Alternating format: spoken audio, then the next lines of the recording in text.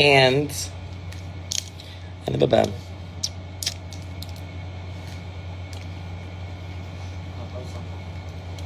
Hindi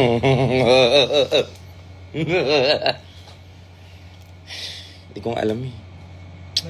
Actually, hindi ko din alam. Hindi niya na ako kinakamusta. Or baka kasi iniisip ko din, sis. For example, ano tayo, BFF, okay? Usap tayo. Alam mo, sis, like, I think he's really busy at work. And you know, alam ko naman na he's such a star. And I don't mind. Kahit hindi niya na ako kinakamusta and all. That's fine, sis.